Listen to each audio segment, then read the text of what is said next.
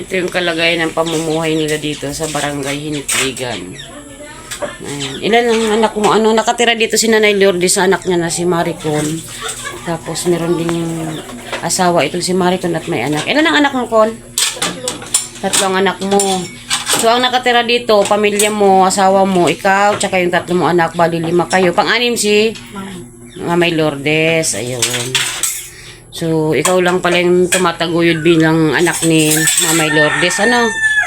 So, walang ibang tumutulong sa'yo para sa pamumuhay ninyo, para kay Nanay Lourdes?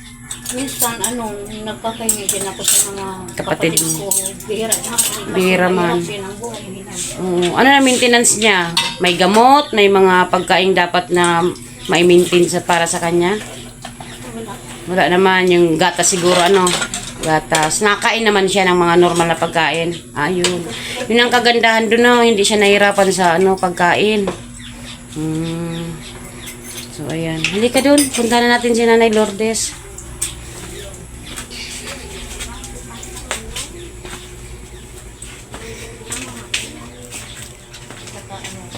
Ano na, Mamay Lourdes? Oo. Ika na kuning, maibibigay ako sa iyo, ha?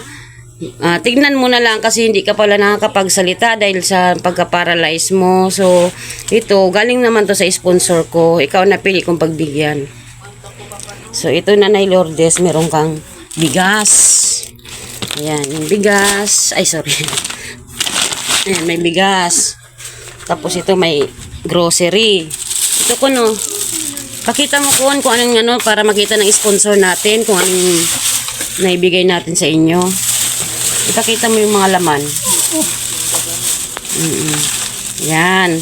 Para may kayo sa pang-araw-araw, may dugtong. Para kay Nanay Lourdes, importante pagkain ng masarap. Para humaba pa ang buhay. Ano masasabi mo? Oo. Ayan, may mga ka dyan, biskwit, may mga noodles, may cup noodles, may gatas. Ayan, meron ka ng gatas, may kape, may bigas, may tinapay. Ayan, ipakita mo dito, Kun. Isa-isa mo. May dilata yata dyan, may sardinas. Ayan, ilabas mo. Ayan. Ito naman si Maricon, pag nagigipit naman siya, lumalapit naman yan sa akin.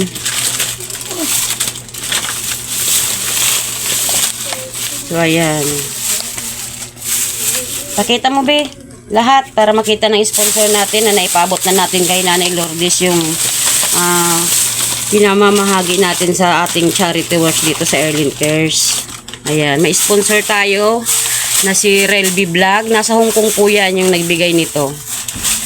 So, ayan, si Mamay Lourdes hindi makakapagsalita, kaya yung anak na lang ang magsasabi ko. Anong masasabi mo? Ito si Maricon, yung anak ni Nanay Lourdes. Maricon, anong masasabi mo dito sa sponsor natin na naipabot dito kay Nanay Lourdes? Salamat kay